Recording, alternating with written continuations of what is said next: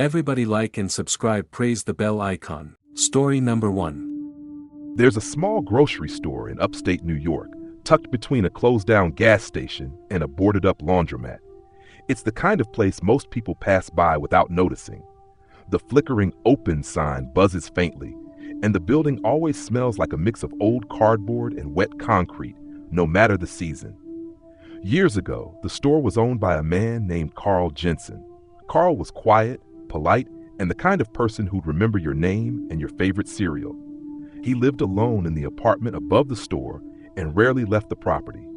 Locals appreciated his store because it stayed open late and carried things even the bigger chains didn't bother with anymore, like off-brand soda and strange foreign candy that always seemed a little too dusty. It was in December when things started going wrong. A college student named Rachel, home for winter break, took a night shift job at the store to earn a little money before the spring semester. Carl liked her right away. She was punctual, worked hard, and didn't ask many questions. That last part mattered more than she realized. Her first week went by quietly, but on the 8th night, just past midnight, the power went out. The store was dead silent. Rachel grabbed the flashlight under the counter and walked toward the back to check the fuse box. As she passed the freezer aisle, her beam caught something strange. One of the freezer doors was slightly open. Inside, an arm hung limply over a frozen turkey, fingers stiff and pale. She dropped the flashlight. When the lights flickered back on a few seconds later, the door was closed. The freezer was humming normally. She laughed it off, assuming her imagination had run wild in the dark. But the next night, it happened again.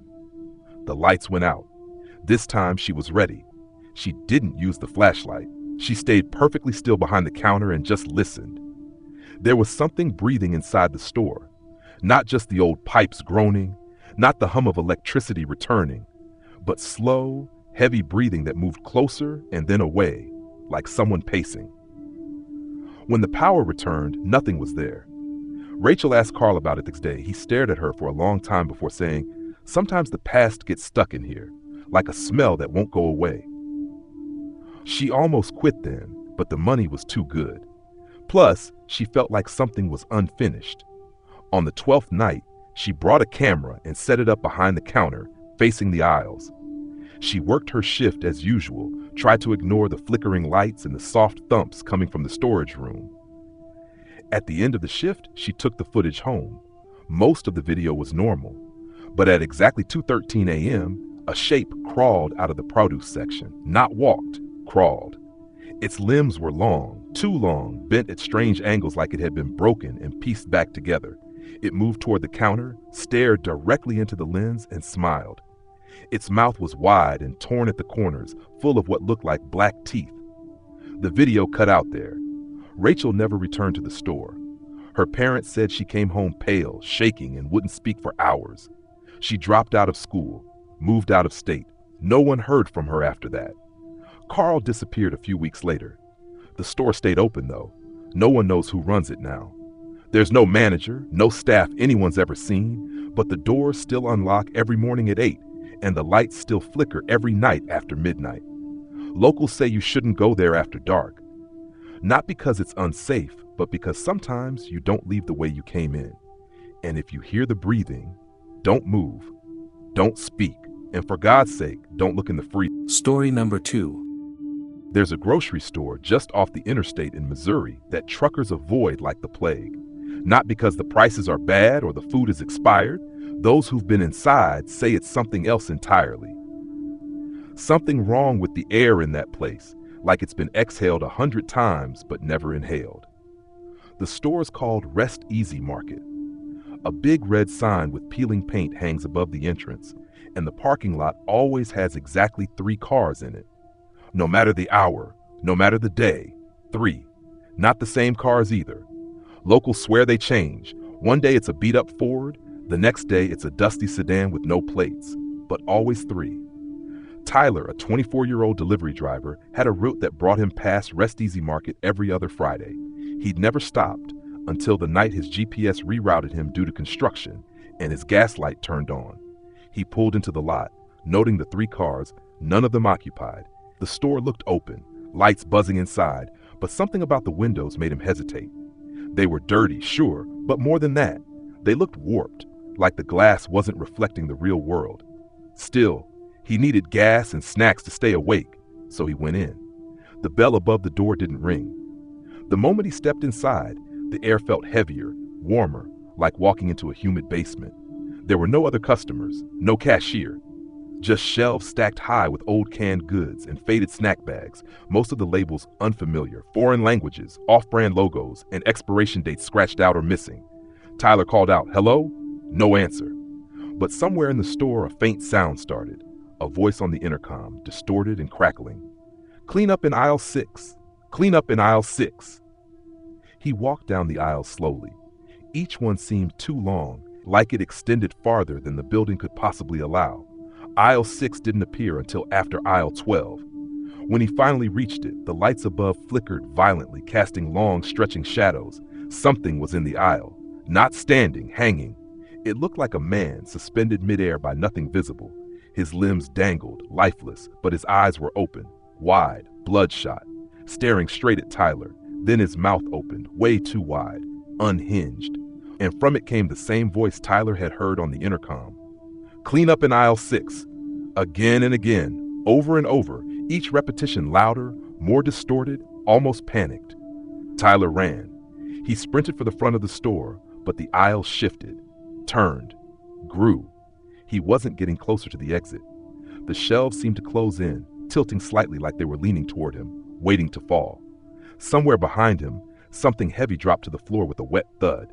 Finally, after what felt like hours, he burst out of the store and into the night air. Gasping, the parking lot was empty. No cars, not even his own. His truck was gone. He ran to the road and flagged down a semi-truck that screeched to a stop. The driver, wide-eyed, stared at him and said, "You came out of there?" Tyler nodded, shaking. The driver muttered, "You're lucky, kid. Most people who go in don't come out at all. Or if they do, they're not right." Tyler turned around, ready to point out the store, but it was gone. Not closed, gone. The lot was empty, just cracked pavement and overgrown weeds. No building, no lights, no red sign. He's never been able to find it since.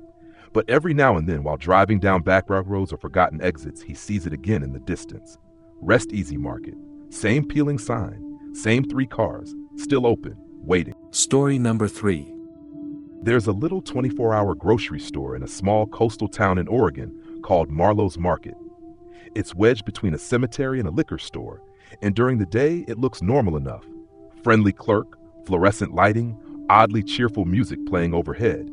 But once the sun goes down, something changes.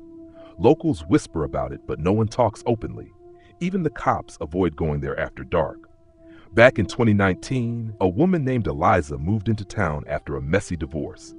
She liked the quiet, the fog, and the sense of isolation.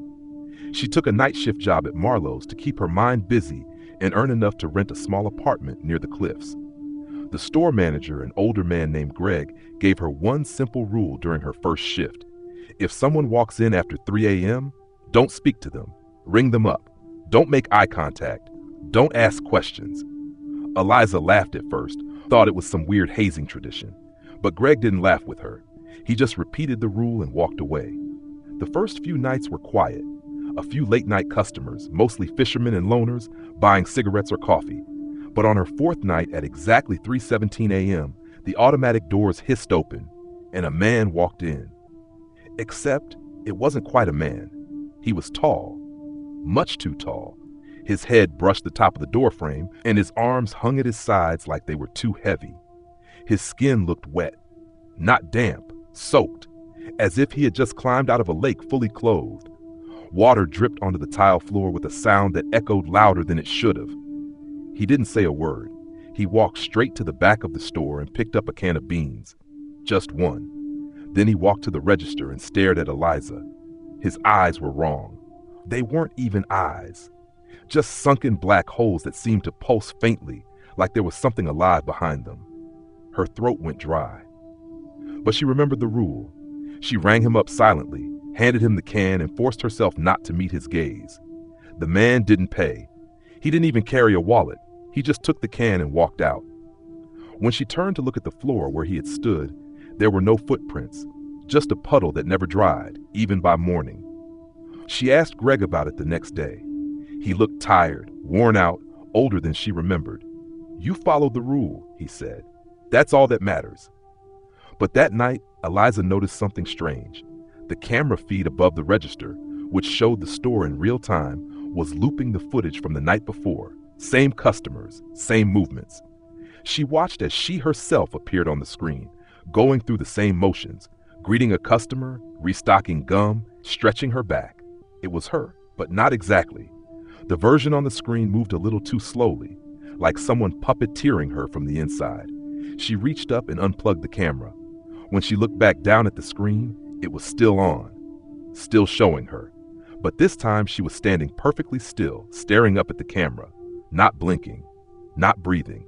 And behind her in the monitor's frame, the tall, dripping man was back. Except this time, he was inside the store, and she hadn't heard the door open. She turned around. No one was there. The store was empty, silent. But when she looked back at the screen, the other version of her was smiling now. She quit the next morning. No one blamed her. Marlowe's Market is still there. The rule is still in place. And if you ever find yourself in that part of Oregon and decide to stop by, just remember, if someone comes in after 3 a.m., don't speak. Don't ask. Don't look. Because whatever it isn't shopping. It's remembering.